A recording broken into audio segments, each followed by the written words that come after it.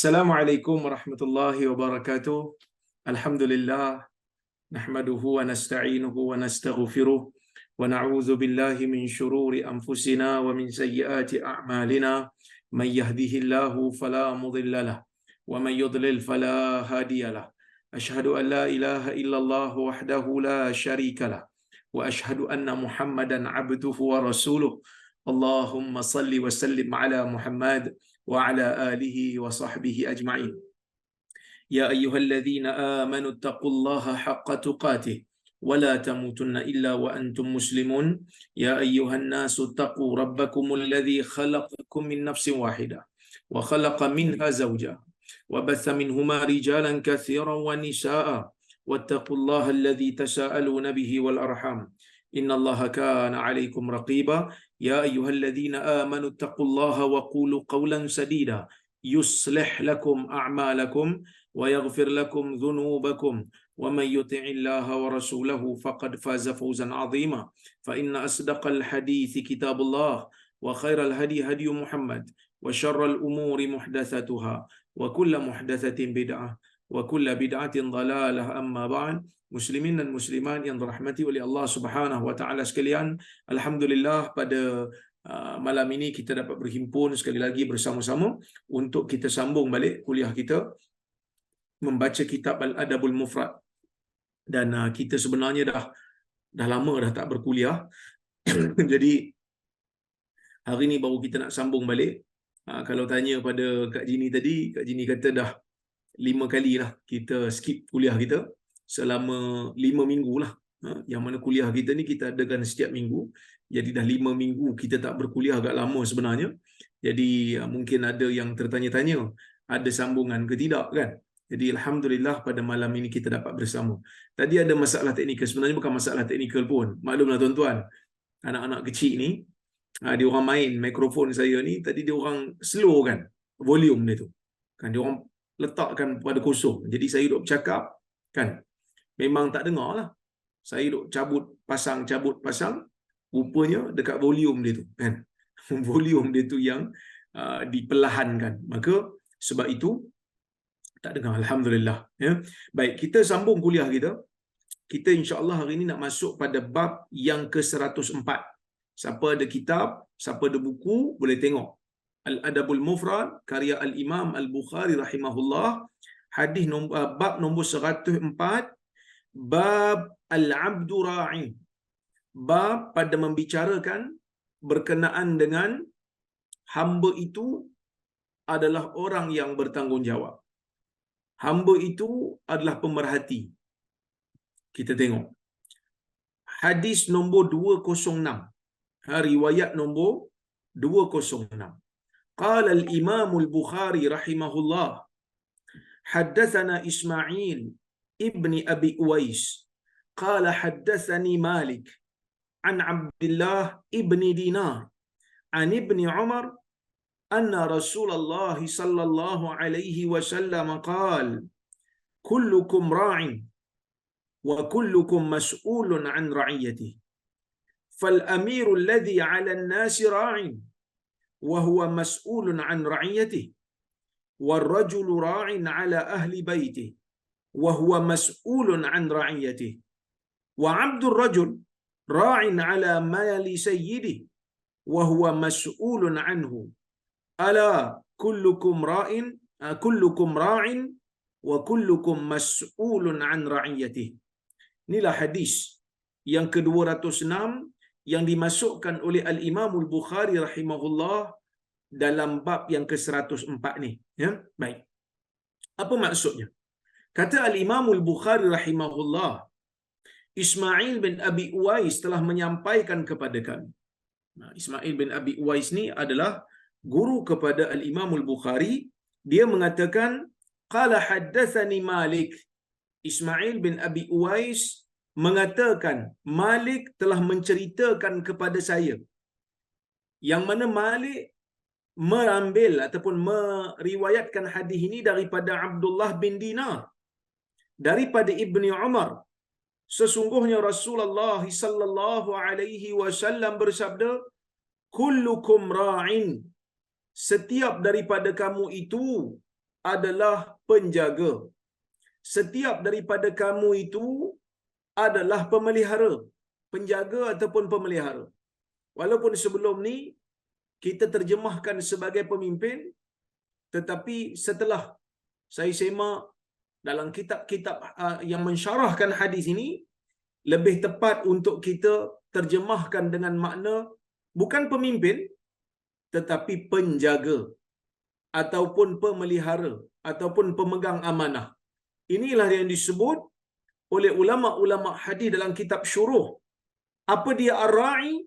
Ar-ra'i ialah al-hafiz al-mu'taman al-multazim bisalahi ma'tumina ala hifdhih fahuwa matlubun bil adli fih wal qiyam awal qiyami bimasalihi. Yang bermaksud ra'i, bila Nabi kata kullukum ra'in, setiap daripada kamu itu adalah ra'in. Ra'in diambil daripada perkataan ra'a yar'i fahuwa ra'in. Kata pembuat ra'in, bila kita kata ra'in, biasanya ra'i ini diambil daripada digunakan untuk pengembala. Ra'iyul ghanam, pengembala kambing. Ra'iyul baqar, pengembala lembu. Kan? Ra'i. Tapi kat sini Nabi SAW menggunakan perkataan ra'i bukan untuk pengembala semata-mata. Bahkan Nabi kata semua daripada kalangan manusia ni ra'i. Semua daripada kalangan manusia ni penjaga. Kalau kita tengok dalam kitab syuruh, mereka mengatakan ar-ra'i huwal hafiz. Ra'i ialah penjaga. Al-mu'taman, yang diberikan kepadanya amanah untuk memelihara harta yang perlu dijaga, untuk memelihara perkara yang perlu dijaga, urusan yang perlu dijaga. Al-multazim, yang sepatutnya beriltizam salaha ma'tumina ala hifdhi, yang perlu untuk beriltizam memastikan kebaikan sesuatu yang dia diberi amanah untuk menjaganya. Fahuwa matlubun bil adli fi, lalu dia ini dituntut oleh agama, dituntut oleh Allah, dituntut oleh Nabi sallallahu alaihi wasallam untuk melakukan keadilan padanya. Wal qiyami bimasalihi, dan bertindak melaksanakan sesuatu yang memberikan keuntungan kepada sesuatu yang berada di bawah jagaan. Lalu Nabi SAW mengatakan wa kullukum mas'ulun an ra'iyati, setiap daripada kamu akan ditanya tentang kepimpinannya ataupun tentang perkara yang dia diamanahkan untuk jaga. Pemimpin tu nak orang nampak macam ketua lah kan, tapi dia sebenarnya bukan hanya ketua yang diberikan penghormatan, sebaliknya dia itu adalah penjaga. Bila disebut penjaga yang diberikan amanah, barulah mungkin orang takut dengan benda ni. Barulah orang ada rasa gerun daripada berebut-rebut nak menjadi pemimpin, nak menjadi ketua negara, nak jaga rakyat. Sekarang ni orang berebut-rebut nak jadi pemimpin, nak jadi orang kata apa, Perdana Menteri, nak jadi Menteri Besar, nak jadi macam-macam lah. Kan? Kerana apa? Kerana mungkin dia rasa pemimpin tu satu kemuliaan, ada kuasa. Kan? Tapi bila disebut kullukum ra'in, setiap daripada kamu adalah penjaga, kamu kena jaga apa yang Allah Azza wa Jalla letakkan di bawah penjagaan kamu. Maka Nabi kata setiap daripada kamu akan dipertanggungjawabkan, akan ditanya. Tuan-tuan dan puan-puan rahmati oleh Allah Subhanahu wa taala sekalian, usahkan kata soalan di mahsyar, usahkan kata soalan dalam kubur, soalan auditor pun kalau kita kena audit. Kan saya ni kerja dekat college, universiti. Jadi kadang-kadang datanglah auditor. Kadang-kadang datang Jabatan Audit Negara, kadang-kadang datang MQA, kadang-kadang datang Jabatan Pengajian Tinggi. Bila datang aja dia nak buat audit, mula serabut dah kita. Kan persediaan kita kena bagi rapi, setiap apa yang tak cukup kena bagi cukup, kelemahan perlu diperbaiki. Kenapa? Kerana bimbang nanti bila auditor tanya, takut-takut benda tu tak ada. Itu baru audit dunia. Yang boleh jadi dia terlepas pandang sebab auditor tu manusia. Cuba bayangkan kalau yang audit itu ialah Allah Azza wa Jalla, yang mana tidak akan terlepas suatu pun di bawah pengetahuan Allah. Tak ada satu pun yang tersembunyi. Allah boleh tanya apa saja. Ya, baik. Maka Nabi SAW menyebutkan wa kullukum mas'ulun an ra'iyati. Setiap daripada kamu akan ditanya. Ditanya macam mana? Ada sebahagian persoalan itu telah pun disebutkan oleh Nabi sallallahu alaihi wasallam, yang mana Nabi sallallahu alaihi wasallam bersabda, la tazulu qadama ibni adam yaumal qiyamah hatta yus'ala an arba'. Tidak akan berganjak dua tapak kaki anak Adam ini melainkan dia akan ditanya dengan 4 soalan. An umrihi fima afnah, tentang umurnya mana dia habiskan. Wa an syababihi fima ablah, waktu mudanya di mana dia pergunakan. Wa amalihi min aina iktasaba wa fima anfaq, terhadap hartanya di mana dia dapat harta tersebut ditanya. Dapat cara curi ke, dapat cara rasuah ke, dapat dengan cara gaji yang halal ke, atau bagaimana? Wa fima anfaq, dan daripada mana pula dan di mana pula dia belanjakan, di mana pula dia infakkan hartanya itu. Wa an ilmihi fima amila bih, dan dia ditanya tentang ilmunya, dengan apa yang diperlakukan terhadap ilmunya. Itu di antara soalan yang ditanya. Tapi ada soalan lain yang ditanya. Ni soalan dia. Soalan yang ditanya oleh Allah Azza wa Jalla, selain daripada soalan yang ditanya tadi, ialah soalan berkenaan dengan jagaan yang Allah Azza wa Jalla jadikan jagaan tersebut berada di bawah amanah dia. Apa dia? Nabi SAW menyebutkan, fal amirul ladzi 'ala an-nasi ra'in. Pemimpin yang dilantik sebagai pemimpin itu adalah penjaga. Pemimpin yang dilantik sebagai pemimpin itu adalah penjaga. Dia jaga. Dia jaga sungguh-sungguh. Bahkan di dalam hadis Nabi sallallahu alaihi wasallam menyebutkan, ma min ahadin yastar'ihi Allahu ra'iyatan mata yawma yamut illa wa huwa ghashun li ra'iyatihi. Ma min ahadin yastar'ihi Allahu ra'iyatan mata yawma yamut wa huwa ghashun li ra'iyatihi illa harramallahu alaihi al-jannah. Atau kama qala, hadis riwayat Imam Al-Bukhari. Tidak ada seorang pun di kalangan kamu yang Allah Azza wa Jalla berikan amanah untuk dia menjaga rakyat. Dia jadi pemerintah, dia jadi menteri, Perdana Menteri ke, menteri ke, tak kira lah, kan? Tapi dia ada kuasa. Pada hari dia mati itu, dia melakukan pengkhianatan terhadap rakyat dia. Pengkhianatan ni macam-macam lah. Boleh jadi dia khianat duit rakyat, dia curi. Boleh jadi dia buat benda yang tak menguntungkan rakyat. Boleh jadi dia cuai. Sepatutnya dia buat benda ni untuk kemaslahatan rakyat, tapi dia cuai. Dia abaikan kepentingan rakyat. Dia tak beri nasihat yang sepatutnya kepada rakyat. Maka tidak ada orang yang keadaan ini, tidak ada orang yang berada dalam keadaan ini melainkan ketika dia mati, Allah Azza wa Jalla akan haramkan ke atasnya syurga. Maksudnya, kalau dia menghalalkan perbuatan tersebut, memang syurga tak layaklah untuk dia.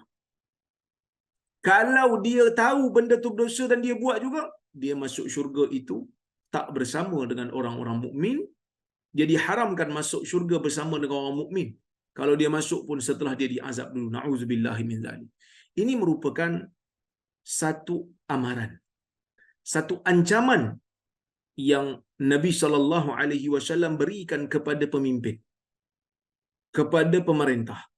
Pemimpin itu bukan hanya datang dengan kemuliaan, tetapi dia datang dengan tanggungjawab. Betul, ada hadis Nabi SAW menyuruh rakyat untuk taat. Tapi hadis rakyat untuk taat ni perlulah dibaca secara beriringan dan seimbang dengan pemimpin yang diperintahkan untuk adil dan tidak khianat terhadap amanah yang telah diamanahkan untuk dia menjaga rakyat. Sebab kalau kita baca salah satu daripada dalil, nanti jadi tak seimbang. Pemimpin diberi hak untuk rakyat taat pada dia, maka itu yang dibaca. Kan? Rakyat kena sabar, jangan bantah dengan senjata, jangan angkat senjata. Betul, memang Nabi SAW tak benarkan rakyat untuk angkat senjata lawan pemerintah. Tak boleh, kerana ia akan menimbulkan kekacauan. Tetapi hadis itu mesti dibaca secara seiring dengan amaran dan ancaman Nabi SAW terhadap pemimpin yang tidak berlaku adil pada rakyat. Barulah seimbang. Rakyat disuruh taat, pemimpin disuruh adil. Rakyat disuruh dengar dan patuh dan tidak membantah dengan senjata. Pemimpin diberi ancaman kalau tidak berlaku amanah. Kalau tidak berlaku jujur terhadap pemerintahannya. Kalau khianat terhadap apa yang telah diberikan oleh rakyat kepadanya. Bahkan ini merupakan satu ancaman yang sangat berat. Perkataan ghashun, perkataan menipu, khianat terhadap rakyat ni perkataan yang luas. Selagi mana ia dinamakan cuai, ia dinamakan mengabaikan tanggungjawab, ia dikatakan sebagai tidak melaksanakan amanah dengan jujur, maka ia termasuk. Kan? Ia termasuk dalam perkara ini. Jadi sebab itu, ulama-ulama zaman dulu, mereka cukup takut untuk menerima amanah yang besar ini. Sebab itu, Umar bin Abdul Aziz umpamanya, ketika mana dia diberitahu yang dia dicalonkan sebagai khalifah, setelah khalifah sebelumnya meninggal dunia, maka lembik lutut dia, tak mampu nak berjalan dia, sehingga terpaksa dipapah. Itulah yang berlaku pada zaman dulu, kerana mereka takut akan amanah yang berat yang diberikan kepada mereka. Itu juga yang berlaku kepada Umar ibn al-Khattab radhiyallahu anhu, yang mana Umar ibn al-Khattab ketika mana zaman pemerintahan dia, banyak riwayat menyebutkan setiap kali Umar ini berjalan keluar bertemu dengan rakyat pada waktu siang, muka Umar ni akan kehitaman. Muka Umar ni akan ada calik-calik hitam. Kenapa ada calik-calik hitam ni? Dikatakan kerana Umar ni dia menangis sebab dia pakai, kata apa, penghitam mata tu, celak tu orang kata kan, dia pakai tu. Jadi bila dia menangis, habuk-habuk hitam tu akan cair, terkena pada muka dia. Itulah kesalehan Umar bin Khattab radhiyallahu anhu, yang kalau kita baca sejarah dia, kita akan melihat betapa takutnya dia terhadap pemerintahan yang telah dia diberikan amanah dengannya.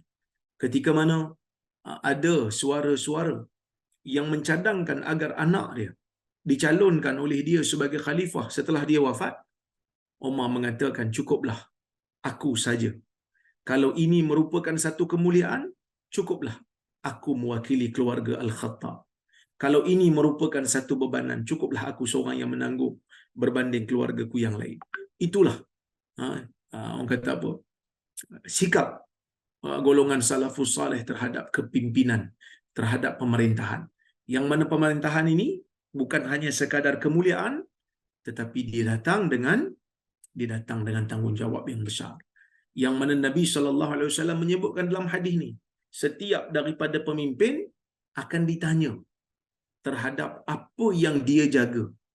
Akan pemimpin negara, pemerintah akan ditanya terhadap apa yang dia jaga. Kan? Apa yang berlaku dalam negara, dia akan ditanya, dia akan dipersoal. Jadi jangan ingat benda ni benda yang biasa-biasalah, akan ditanya. Baik. Wa huwa mas'ulun an ra'iyatihi. Dia akan ya ditanya terhadap orang yang dia jaga, sesuatu yang dia jaga. Bila disebut ra'iyah ni ialah semua perkara yang termasuk di bawah penjagaan seseorang dan pemerhatian dia. Jadi kalau dia adalah ketua negara, dia adalah pemerintah, maka ra'iyah dia adalah rakyat lah. Itu dipanggil rakyat tu daripada perkataan ra'iyah. Ya, baik. Warrajul ra'in ala ahli baiti. Seorang lelaki dipertanggungjawabkan. Seorang lelaki adalah penjaga terhadap ahli keluarganya. Ya. Wa huwa mas'ulun an ra'iyatihi, dan dia dipersoalkan nanti terhadap penjagaannya. Maksudnya seorang lelaki, ya, dia akan ditanya, kamu ada laksanakan tak tanggungjawab kamu untuk menasihati, mendidik isteri dan anak-anak kamu? Kan? Dia tanya. Sebab kadang-kadang di zaman ni ada je yang orang tak kisah. Biarlah dia. Itu karya seni dia, umpamanya kan. Tak boleh. Kena beri nasihat. Kena bagi panduan, kena bagi tunjuk ajar supaya mereka itu terdidik. Kalau kita cuai dengan tanggungjawab ini, maka kita akan dipertanggungjawabkan. Tapi ada juga salah faham, ada yang kata dosa isteri suami tanggung, dosa anak perempuan ayah tanggung. Tak berapa tepat. Sebab apa tak berapa tepat?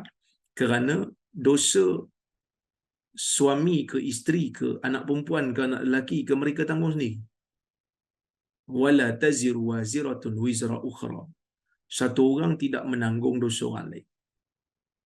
Habis itu, apa yang betulnya? Yang betulnya, isteri tanggung dosa dia sendiri. Suami tanggung dosa dia sendiri.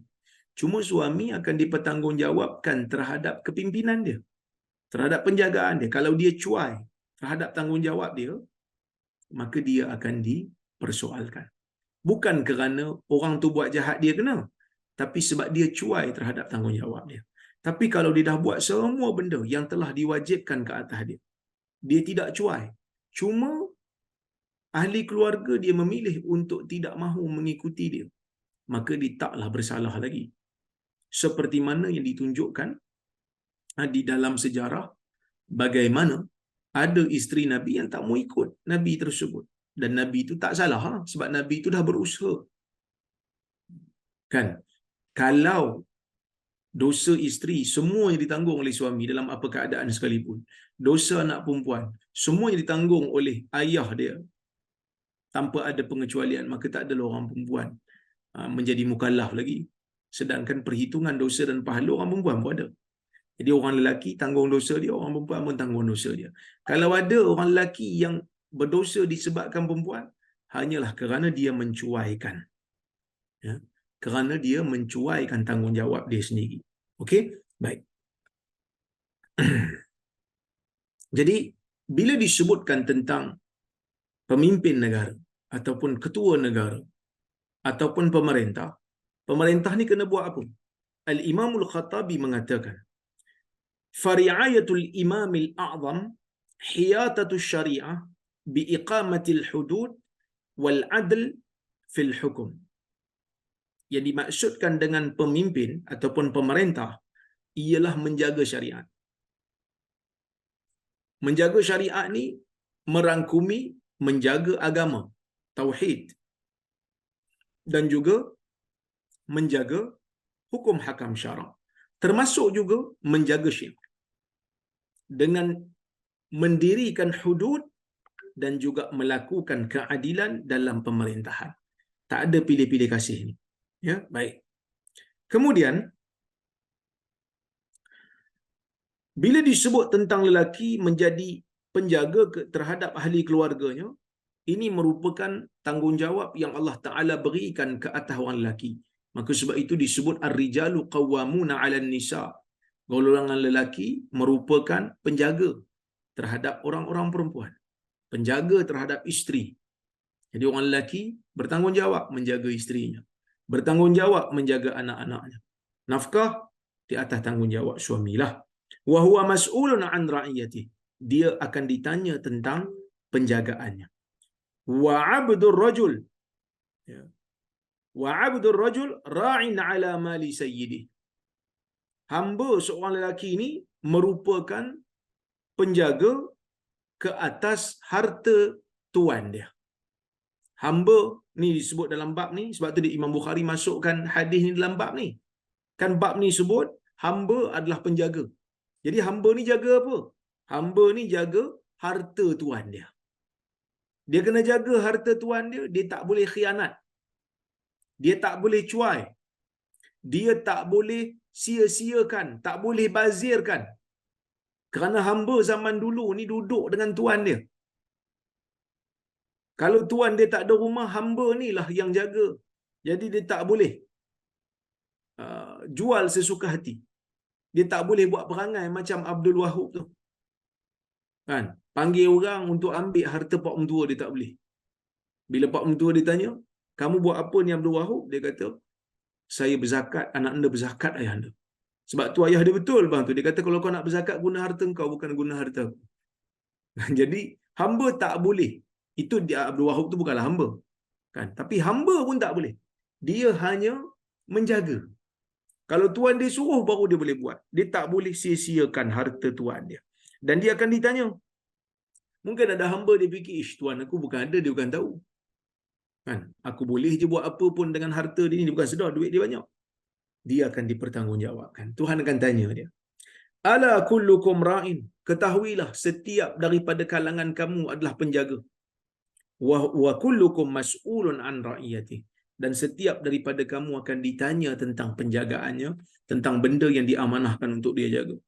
Tapi ada orang, dia bukan pemerintah negara. Dia tidak berkeluarga. Dia bukan hamba. Jadi kok mana yang Tuhan nak tanya? Tadi saya baca hadis tadi. Bila Nabi kata setiap daripada kamu adalah penjaga, maka dia kena jaga. Sama ada kalau dia pemerintah negara, dia kena jaga negara elok-elok. Kalau dia bukan pemerintah, dia berkeluarga, dia akan ditanya tentang kekeluargaan dia. Kalau dia bukan orang yang berkahwin, dia hamba, maka dia akan ditanya tentang harta suami. Harta suaminya pula, harta tuan dia. Kalau dia isteri, dalam riwayat ini tak sebut, tapi dalam riwayat lain disebut, isteri bertanggungjawab untuk menjaga rumah suami dia. Maka kena jaga juga. Dah kalau dia bukan isteri, bukan suami, bukan hamba, bukan pemerintah, para ulama menyebutkan, ya, kalau dia bukan semua benda tu, paling tidak dia ni termasuk bila Nabi kata kullukum ra'in, setiap daripada kamu penjaga, dia kena jaga diri dia. Dia kena jaga diri dia daripada melaksanakan perkara yang dilarang oleh Allah Azza wa Jalla. Tak wajar bagi seseorang yang mengatakan dirinya beriman kepada Allah dan Rasul, bawa anggota badan dia untuk menderhaka kepada hukum hakam syarak.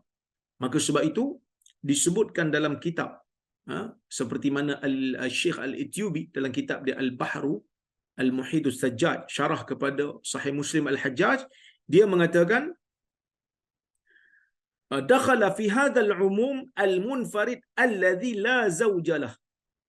Termasuk dalam perkataan yang umum, yang bila Nabi kata setiap daripada kamu adalah penjaga, termasuk dalam perkataan ni orang yang berseorangan yang tidak ada pasangan untuk dia, tak ada isteri, tak ada suami, wala khadim, dia tak ada hamba, wala walad, dia tak ada anak, yasduqu alaihi annahu ra'in, boleh dia ni dipanggil penjaga ala jawarihihi, dia menjaga anggota badan dia, hatta ya'mal al-ma'murat, supaya amalan anggota yang dijaga tu sentiasa melakukan perkara yang Allah Azza wa Jalla perintahkan, wa yajtanibal manhiyat, dan meninggalkan perkara yang dilarang, fi'lan wa nutqan wa i'tiqadan, sama ada pada perbuatan ataupun pada perkataan ataupun pada akidah.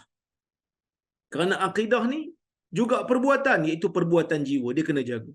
Fajawarihuhu wa quwahu wa hawasuhu ra'iyatuhu. lalu anggota badan dia, kekuatan tenaga dia, panca indera dia merupakan rakyat yang dia kena jaga. Merupakan perkara yang termasuk di bawah penjagaan dia. Wala yalzam minal ittisafi bikaunihi ra'iyan alla yakuna mar'iyan bi'tibarin akhar. Tak juga, dia kata tak semestinya kalau dia dah jadi penjaga, tak semestinya dia tak dijaga. Macam isteri lah. Dia dijaga oleh suami dia, tapi dalam masa yang sama dia pula penjaga kepada rumah suami dia. Macam pemerintah, dia adalah pemimpin, dalam masa yang sama dia adalah pemimpin, dia adalah penjaga pada rakyat, dia juga penjaga diri dia. Rakyat pula dia dipimpin, dia dijaga oleh pemerintah, tapi dia pun kena jaga diri dia sendiri. Maka begitulah, ya. Baik, itu hadis 206. Alhamdulillah kita dah selesai membahas berkenaan dengan hadis ini. Kita masuk kepada hadis yang berikutnya, hadis nombor 207. Kata al-Imam al-Bukhari rahimahullah, haddatsana Ahmad ibnu Isa qala haddatsana Abdullah ibnu Wahab qala akhbarani Makhramah bin Bukair an abihi an Abdullah ibn Sa'ad maula Aisyah zawjin Nabi sallallahu alaihi wasallam qala sami'tu Abu Hurairah yaqul al-'abdu idza ata'a sayyidahu faqad ata'a Allah 'azza wa jalla fa idza 'asa sayyidahu faqad 'asa Allah 'azza wa jalla. Yang bermaksud, Al-Imam Al-Bukhari mengatakan Ahmad bin Isa telah menyampaikan kepada kami. Dia mengatakan Abdullah bin Wahab telah menyampaikan kepada kami. Dia mengatakan Makhramah bin Bukair telah menyampaikan kepada saya daripada ayahnya, daripada Abdullah bin Sa'ad maula Aisyah, yang merupakan hamba Aisyah radhiyallahu anha, yang mana Aisyah merupakan isteri Nabi sallallahu alaihi wasallam, yang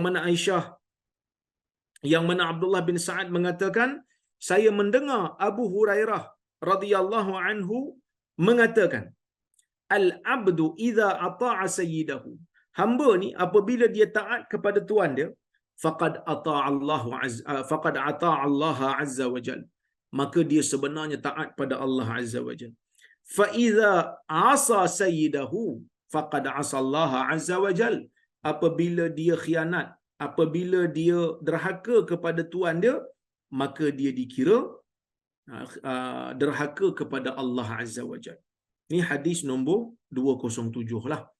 Dan riwayat ni dia bukan kata-kata Nabi sallallahu alaihi wasallam, sebaliknya ia adalah hadis yang mauquf ala sahabah. Hadis yang disandarkan kepada Abu Hurairah, yakni kata-kata Abu Hurairah. Yang mana dalam riwayat ni, tuan-tuan dan puan-puan rahmati oleh Allah Subhanahu wa taala sekalian, ada seorang perawi yang namanya Abdullah bin Sa'ad tadi, maula Aisyah tadi. Dia adalah perawi yang makbul, perawi yang perlu ada sokongan lain. Hadisnya tak banyak, tapi tak ada sokongan di dalam bab ni. Maka sebab itu Syekh pengarang kitab Rasyul Barak ni, Luqman As-Salafi ni, dia mengatakan riwayat ni adalah riwayat yang lemah. Tapi walaupun ia riwayat yang lemah, dalam Fadailul A'mal boleh digunakan kerana ia termasuk dalam bab yang umum. Dia tak bawa hukum baru. Dia suruh hamba taat kepada tuan dia. Kerana disebut siapa yang taat kepada tuan dia, hamba yang taat kepada tuan dia, maka dia taat pada Allah. Kan? Jadi memang agama suruh hamba taat pada tuan dia. Jangan derhaka. Sebab tuan dia tu dah beli dia, dah bagi makan kat dia, dah bagi pakai kat dia, dah buat macam-macam kebaikan pada dia. Jadi taat pada tuan dia. Jangan derhaka. Ya, baik. Dan apabila dia derhaka, maka dia dikira derhaka pada Allah Azza wa Jalla. Kan? Tapi bukankah kalau tuan dia suruh dia buat benda yang menderhakai Allah, maka kita tak wajib ikut, hamba tak wajib ikut? Yang kalau dia taat kepada tuan dia, maka dia taat pada Allah, yang ni clear. Tapi kalau tuan dia suruh dia buat benda yang menyanggahi syarak, tuan dia suruh dia buat benda yang menyanggahi syarak, dia tak dikira. Kalau dia tak dengar, dia tak dikira derhaka pada tuan dia.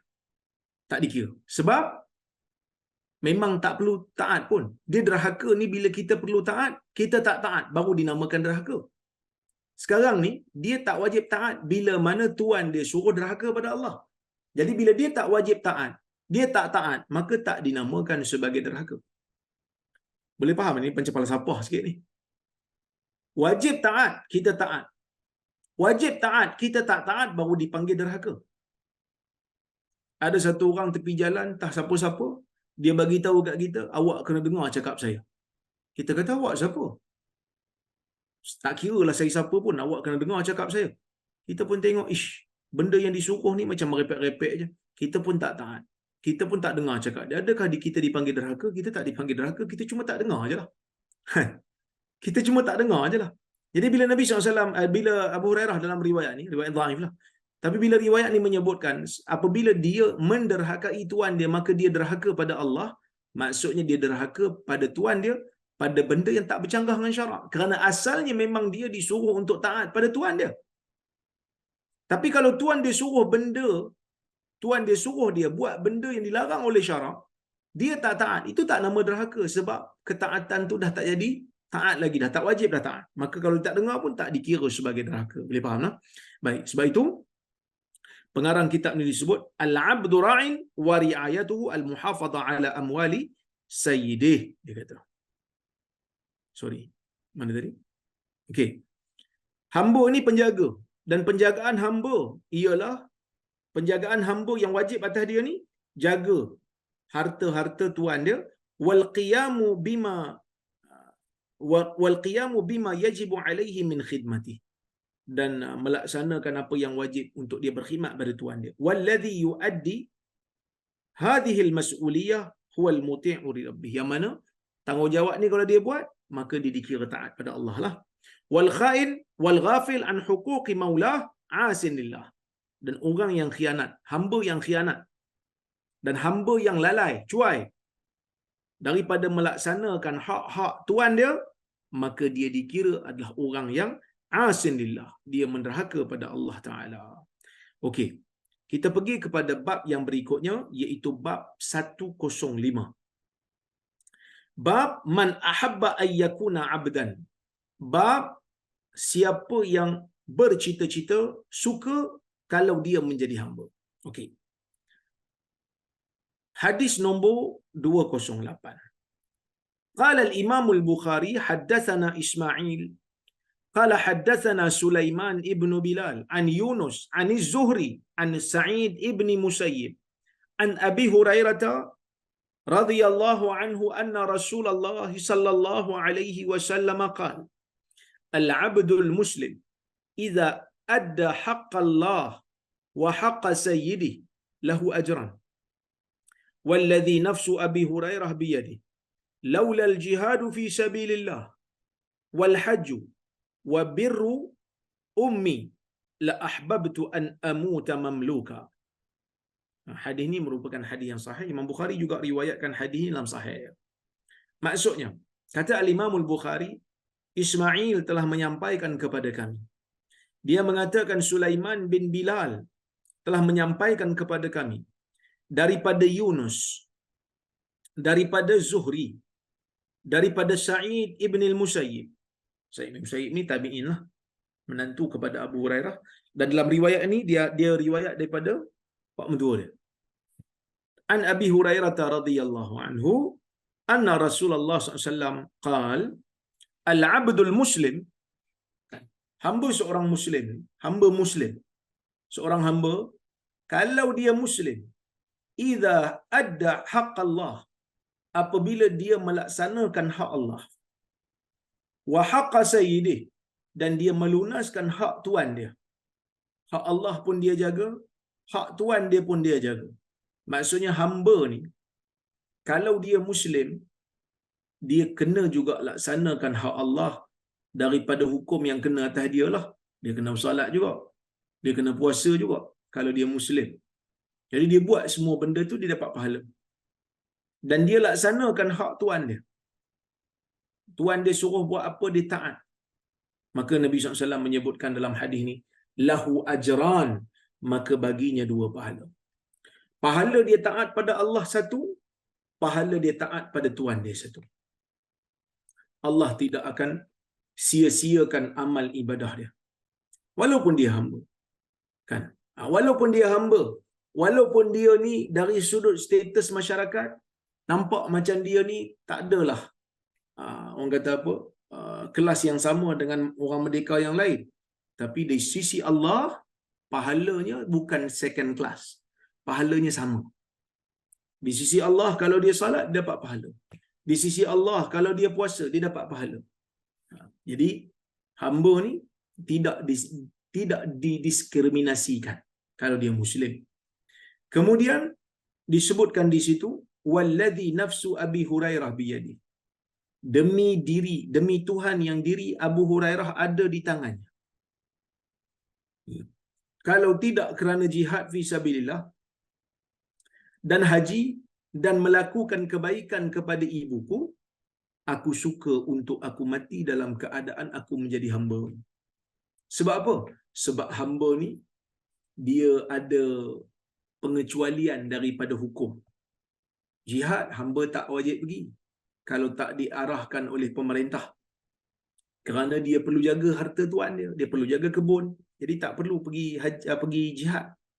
Haji pun sama sebab dia terikat dengan tuan dia. Buat baik kepada ibu sebab dia ada tuan dia. Maka Abu Hurairah sebut, aku suka untuk jadi hamba. Sebab jadi hamba ni ringan sikit. Tapi kalau jadi orang biasa, kena cari jalan macam mana lagi haji, pergi jihad. Kan? Okey. Ada sebahagian riwayat, ada sebahagian perawi lah meriwayatkan hadis ni, ia kata-kata Nabi SAW yang ujung ni. Tapi terbukti dengan riwayat ni, terbukti ia adalah kata-kata Abu Hurairah, kerana tak mungkin Nabi sebut perkataan ni. Sebab apa? Sebab Nabi SAW tidak ada ibu yang hidup ketika Nabi lahir. Bila dia kata wabiru ummi, aku nak buat baik kepada ibuku. Nabi lahir, ibu dia dah wafat kan?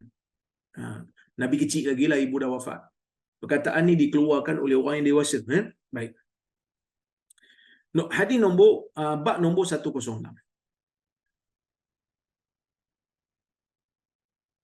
Okey.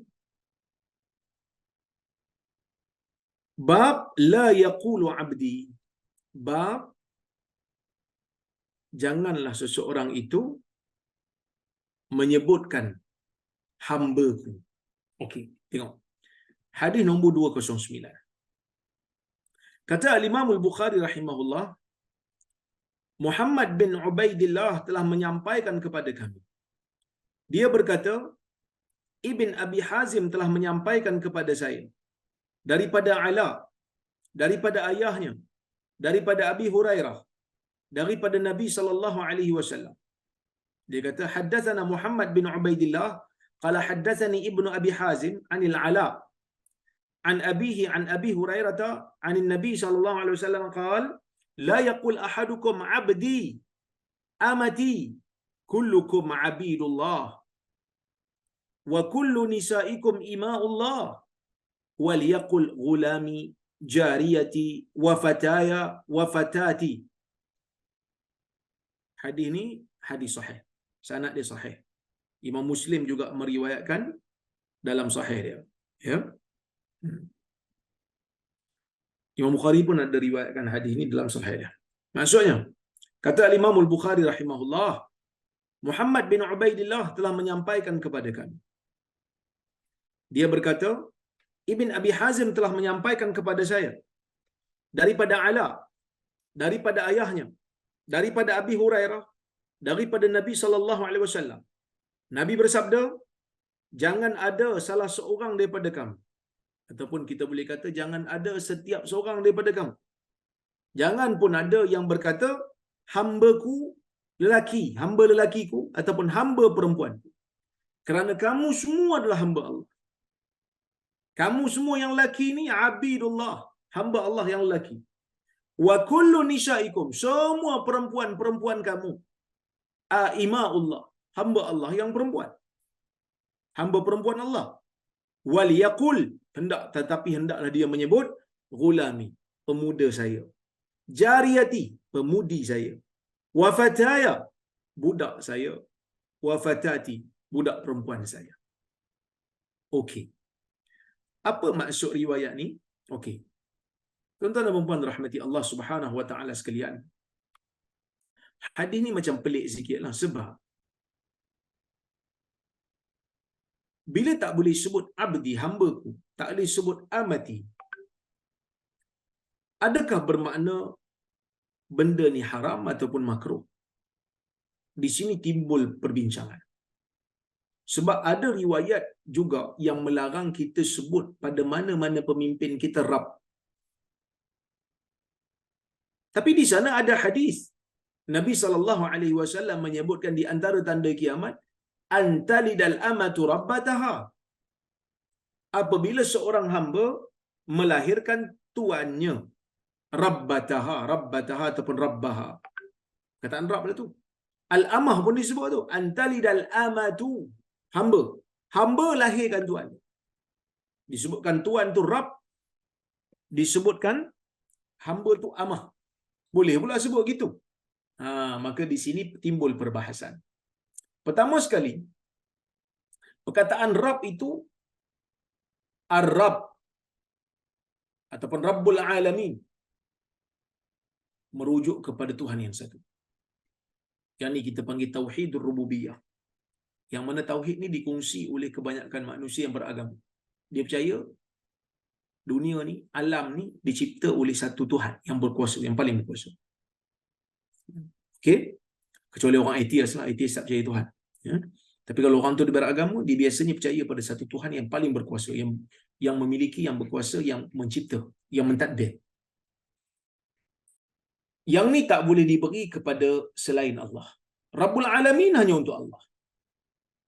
Rabbul Alamin hanya untuk Allah. Tak boleh bagi pada orang lain. Okey? Jadi, kalau nak panggil pemilik sesuatu, biasanya akan disandarkan. Contohnya, Rabbatul Bait. Daripada perkataan Rabb tu, Rabbatul Bait, suri rumah. Tapi sebenarnya bukan suri rumah. Suri ni saya tak pasti perkataan suri, boleh tengok dalam kamus. Ya. Tetapi orang Arab dia lebih baguslah perkataan dia tu, dia bukan panggil suri rumah, dia panggil Rabbatul Bait, pemimpin, penjaga rumah. Yang menjaga rumah. Kan? Bila kita sebut suri ni macam contoh macam hiasan, ya. Hiasan lah, nampak hiasan pada rumah. Maksudnya dia bukan pemimpin, dia bukan penjaga lah, tapi kalau Arab dia kata Rabbatul Bait, penjaga rumah. Ataupun Rabbul Ghanam, pemilik kambing-kambing. Bolehlah. Tapi kalau perkataan Ar-Rabb ataupun Rabbul Alamin hanya merujuk pada Allah. Okey. Maka bila ada dalil yang bercanggah begini, para ulama mula mencari bagaimana nak selesaikan percanggahan. Sebab ada hadis kata tak boleh, ada hadis kata boleh. Bahkan Nabi sebut pun kataan antalidal amatu rabbataha. Dalam hadis 40 ada tanda kiamat. Hadis nombor 2, hadis Umar. Masa Jibril datang kepada Nabi tanya iman apa itu Islam, iman dan ihsan, kan. Nabi jawab sesuatu, lepas tu Nabi tanya, Jibril tanya pasal kiamat. Nabi kata, tidaklah orang yang ditanya lebih tahu. Lepas tu Jibril tanya, wa akhbirni an amaratiha, bagi tahu aku tentang petandanya. Baru disebut. Di antara tanda yang disebut oleh Nabi, antalidal amatu rabbataha, hamba perempuan yang dimiliki oleh orang lahirkan tuannya. Sedangkan dalam hadis ini tak bagi sebut hamba, kerana semua tu hamba Allah. Nak sebut hamba Allah, jangan hamba manusia. Okey. Maka di sinilah Al-Imamul Qurtubi dia bahas, dia kata yang dimaksudkan dengan tak boleh ni bukan bermakna haram, tapi maksudnya ia lebih utama. Bukan maksud haram, boleh sebut, tapi lebih utamanya jangan sebut hambaku, sebutlah pemudaku, budakku. Begitu. Ya, lebih utama. Maksudnya kalau sebut boleh, tapi makruh. Habis itu Nabi sebut nak menunjukkan libayanil jawaz, nak menunjukkan benda tu boleh. Nabi ada buat satu benda, bukan benda tu afdal pun, tapi nak tunjuk benda tu boleh. Bila Nabi buat, dapat pahala kan Nabi mengajar umat dia. Okey. Maka sebab itu Al-Qadhi Iyad kata, walam yanha anhu nahya wujubin wa hadrin. Nabi tak melarang perbuatan ini sebagai satu larangan yang wajib ataupun larangan yang haram. Bal nahya adabin, bahkan ia adalah larangan adab. Summa khatabahum ahyanan bima fuhima anhum an sihhati isti'malihim lahu fi lughatihim. Tapi kadang-kadang Nabi guna juga perkataan tu kadang-kadang dengan sesuatu yang difahami dengan bahasa mereka, nak tunjuk benda tu boleh. Dari sudut bahasa kena. Okey. Jadi bila Nabi sebut antalidal amatu rabbataha, hamba melahirkan tuan dia, maka para ulama menjawab yang pertama sebab Nabi nak tunjuk benda tu boleh. Larangan yang pertama tu untuk adab sahaja dan makruh yang bukan haram. Makruh tanzihi dipanggil. Yang kedua, berkemungkinan yang Nabi larang dalam hadis yang kita sedang baca ni ialah Nabi larang tu dari sudut menggunakan perkataan tersebut dengan banyak sekali sehingga menjadi satu adat, hambaku, hambaku, hambaku. Maka Nabi nak hasmul madah, kata orang Arab. Nabi nak tutup pintu yang boleh membawa kepada kesombongan. Maka sebab itu Al-Imam Nawawi rahimahullah mengatakan, kalau dia menyebut tu dengan kesombongan, hambaku, seolah-olah macam dia ni besar sangat kedudukan dia, maka ia dilarang. Ya. Dan zahirnya larangan Nabi SAW ni ialah untuk orang yang sombong ataupun mengangkat diri. Tapi kalau dia gunakan perkataan itu untuk memperkenalkan, ini hamba saya, bukan hamba dari sudut saya cipta dia, bukan dia sembah saya, tapi dia ni taat pada saya kerana dia adalah tawanan yang tidak mempunyai apa-apa, saya yang memiliki dia. Maka itu tidak menjadi masalah. Nak bagi tahu pada kita perkataan-perkataan yang boleh difahami dengan cara yang tak berapa kena ni, Islam larang. Jadi kalau boleh kita sebagai orang Islam ni, mana-mana perkataan yang boleh membawa kepada kecelaruan, maka kita eloklah kita tinggalkan. Kan? Walaupun mungkin perkataan tu perkataan yang orang kata apa? Perkataan yang dibenarkan pada syarak. Tapi kita kata udah orang boleh keliru, maka kita jangan gunalah. Kita jangan gunalah perkataan tu, kan? Jadi ini yang disebutkan oleh para ulama. Okey.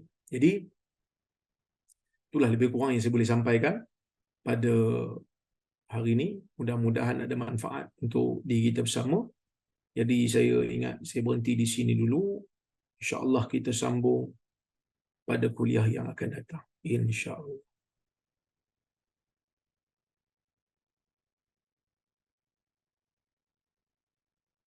Sekejap saya tanda dulu, takut-takut hilang.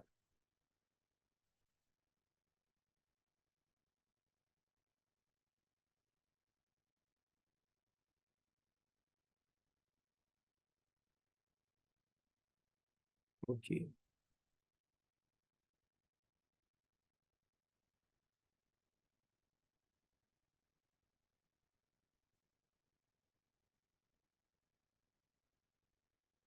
Okey, ada call pula.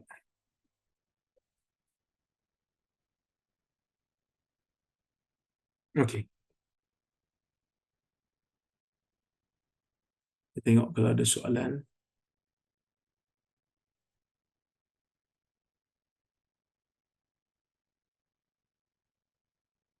Assalamualaikum. Saya pernah terdengar imam yang membaca Fatihah semasa salat jemaah.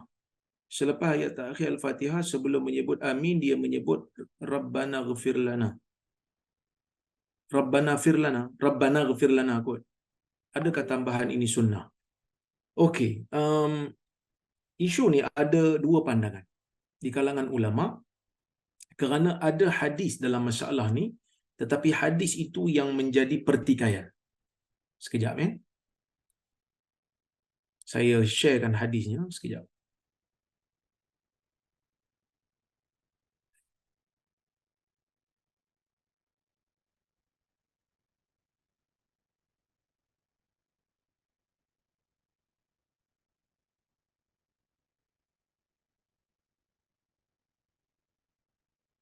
Sekejap ya.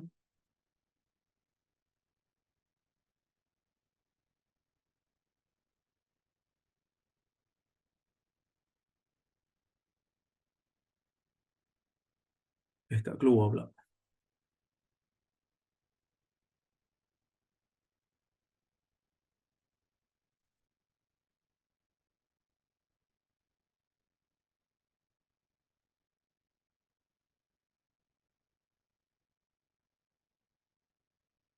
Tak jumpa pula. Sekejap.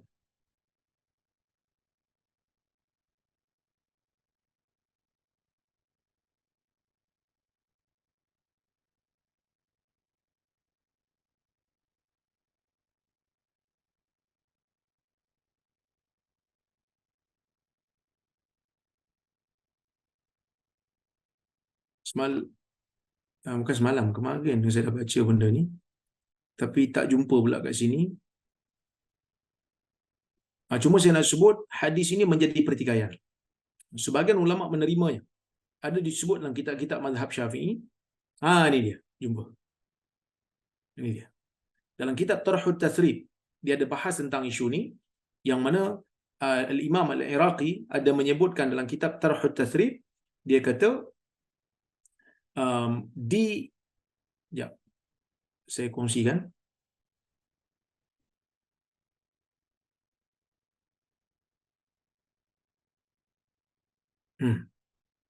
Dia kata disunatkan hanya berpada dengan menyebut amin selepas Fatihah tanpa ada apa-apa tambahan kerana mengikuti hadis. Adapun riwayat Baihaqi daripada hadis Wa'il bin Hujur yang mana dia mendengar Rasulullah SAW menyebutkan ketika Nabi menyebut ghairil maghdubi alaihim waladdallin, Nabi menyebut Rabbi ghfirli amin. Sanad dia tu ada perawi yang namanya Abu Bakar Al-Nahshali, dia adalah perawi yang dhaif. Jadi maksudnya isu ni isu yang khilaf. Ada sebahagian ulama terima, ada sebahagian ulama tolak, tetapi di antara ulama yang tolak tu adalah Al-Imam Al-Iraqi kerana hadisnya tidak sahih. Assalamualaikum. Waalaikumsalam. Adakah melaungkan azan ke telinga bayi yang baru lahir itu sunnah?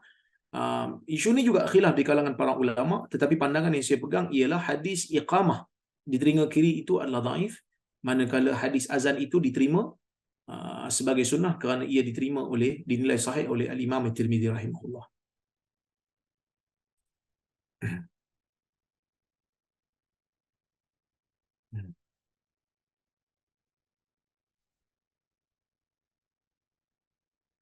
Assalamualaikum Dr. Waalaikumsalam. Apa itu doa karab? Doa karab ini adalah doa yang kita baca apabila kita ni berada dalam keadaan yang sukar. Doa yang kita berada dalam keadaan yang sukar di antara yang diajar oleh Nabi SAW ialah La ilaha illallahul azimul halim, la ilaha illallah rabbil arshil azim, la ilaha illallah rabbus samawat wa rabbul ard wa rabbul arshil karim. Itu di antara doa yang diajar oleh Nabi SAW apabila kita berada dalam keadaan kesusahan. Selain daripada kita baca la ilaha illa anta subhanaka inni kuntu minadh dhalimin. Sekejap saya kongsikan lafaz hadisnya supaya tuan-tuan dan puan-puan boleh copy paste ya, sekejap.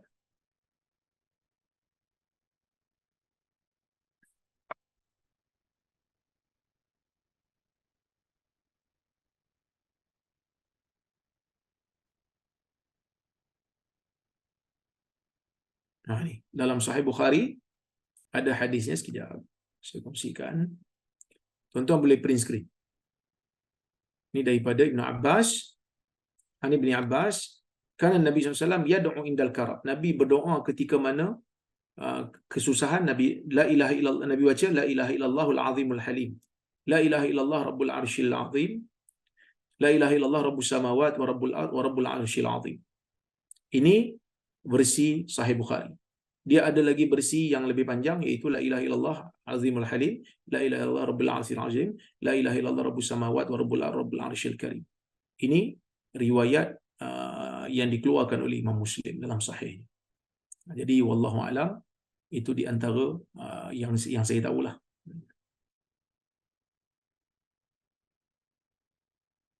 Adakah masa sekarang orang yang makan gaji seorang hamba kerana ada tuan yang membayar setiap pekerjaannya seperti dulu, hamba-hamba dijaga oleh tuan?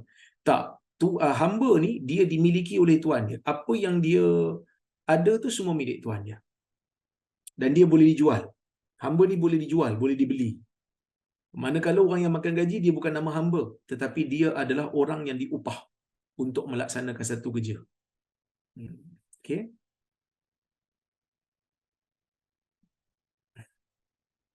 Assalamualaikum warahmatullahi wabarakatuh. Ba'da insya' mana lebih tepat, 2 atau 4? Kedua-duanya sabit daripada hadis Nabi SAW. Dan kalau buat 4 pun boleh buat 2 salam ataupun 1 salam. Tapi afdalnya 2 salam. Wallahu alam, itu je yang saya dapat jawab pada malam ni. Terima kasih banyak kepada semua yang follow kuliah kita pada malam ini. Dan saya ucapkan terima kasih banyak kepada semua yang hadir. Dan juga kepada Global Ihsan, kepada Dr. Azmi, Kak Majini, Ustaz Reza dan semua tim Global. Terima kasih banyak. Dan kita jumpa pada masa akan datang. Saya mohon maaf terkasar bahasa tersilap kata. Qulu qawli hadha wa astaghfirullahal azim li wa lakum. Assalamualaikum warahmatullahi wabarakatuh.